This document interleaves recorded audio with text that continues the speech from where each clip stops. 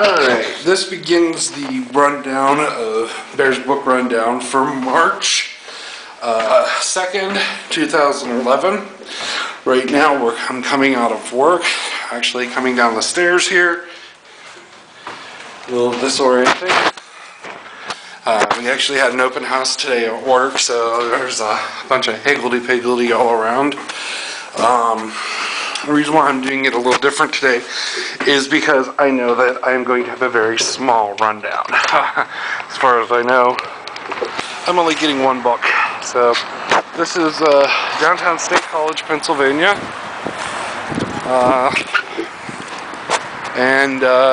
This is how close I walk to my comic store each week. If any of you have a Sam's Club, you see the diner right there. That's where Sam's Club has the grilled stickies from State College. That's from right there. A little trip down memory lane. I think a couple of you have actually been here. I think Steve has been here. So make you remember the good old days, Steve. And to see how things change.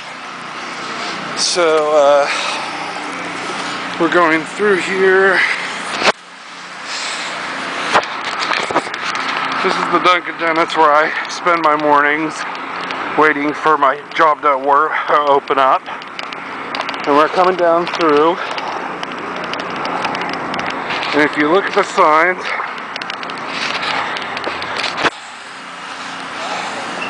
you can see the comic swap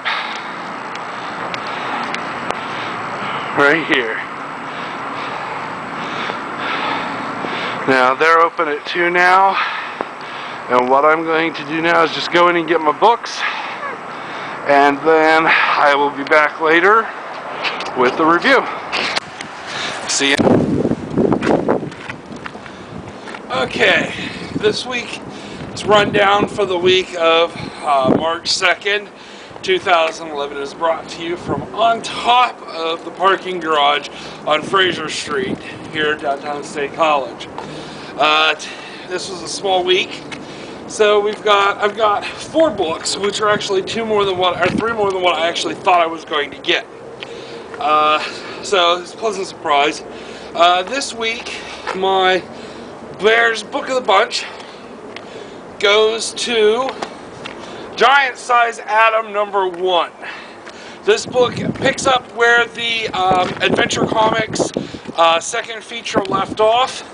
Has a nice conclusion, a nice Hawkman appearance. I was close in my predictions on the Message to Town Theater website or thread. I made some predictions about how this went.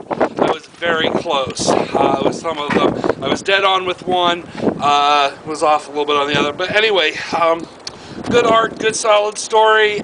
For most of you, this will be worth picking up in a trade. I'm assuming this is going to be in the trade paperback, especially since this has a $4.99 price tag. But by and large, good. If you read all the stories with the through Adventure Comics, you'll want to pick this up so you can finish it off. My bomb of the bunch goes to, and you know, I wasn't even going to buy this. The guy at the comic swap talked me into it because I only had 3 books.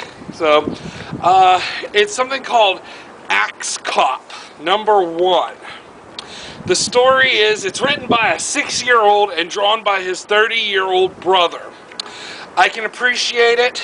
I think they'd be great. I'd love to do something like that with my brother Donovan or my sister Sheila, but quite honestly, this book was horrible to read.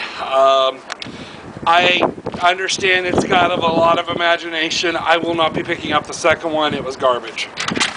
So, from my best to worst, and believe it or not, for 3 weeks in a row, I've got a Charmed book. For some reason, this Charmed #7 came out.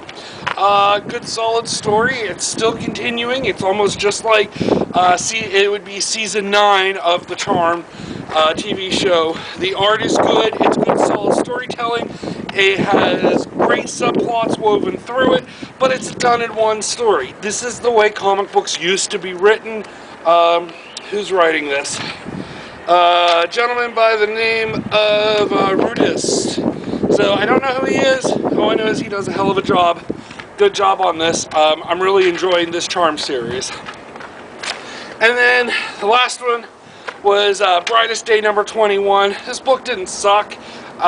What sucked was the, well, let's just call who he is, the asshole who was on the DCMB who spoiled it for everybody yesterday. Basically told us what happened. Honestly, kind of expected it. It wasn't a bad book. Wasn't, you know, the Aqua War was a little bit better. I'm not a big John Jones fan. I'm not a big Martian Manhunter fan. Quite honestly, I mean, you know, I think he did better for DC when he was dead. But that's just my personal preference. Now, since the week was so small, I've got two other things to review for you. I got Katy Perry's album, Teenage Dream. Everybody loves Katy Perry. Honestly, this whole album is fantastic. Thank you, Karen, for lending it to me. Some of the songs on here are fantastic. Firework is still probably one of my all-time favorite songs that I have ever heard. I just love the message behind it. It's a great, great song. So if you're looking for a good pop music and you like a little twisted, Katy Perry's Teenage Dream is good. And of course, came out yesterday and I had to watch it twice, Burlesque. Let's see how much more battery life I have. It's Burlesque. Let's see if I can mix this up a little bit. It's got Cher, it's got Christina Aguilera. This has got song, it's got dance, it's got just Kristen Bell, so it's got Veronica Mars, it's got Juliette. Okay, my battery's dying, it is dead, but here's a quick pin. Alright, just want to apologize a little bit. My battery on my camera had died, or was dying. I tried charging it, didn't work. So you didn't get to see quite what I wanted to show you.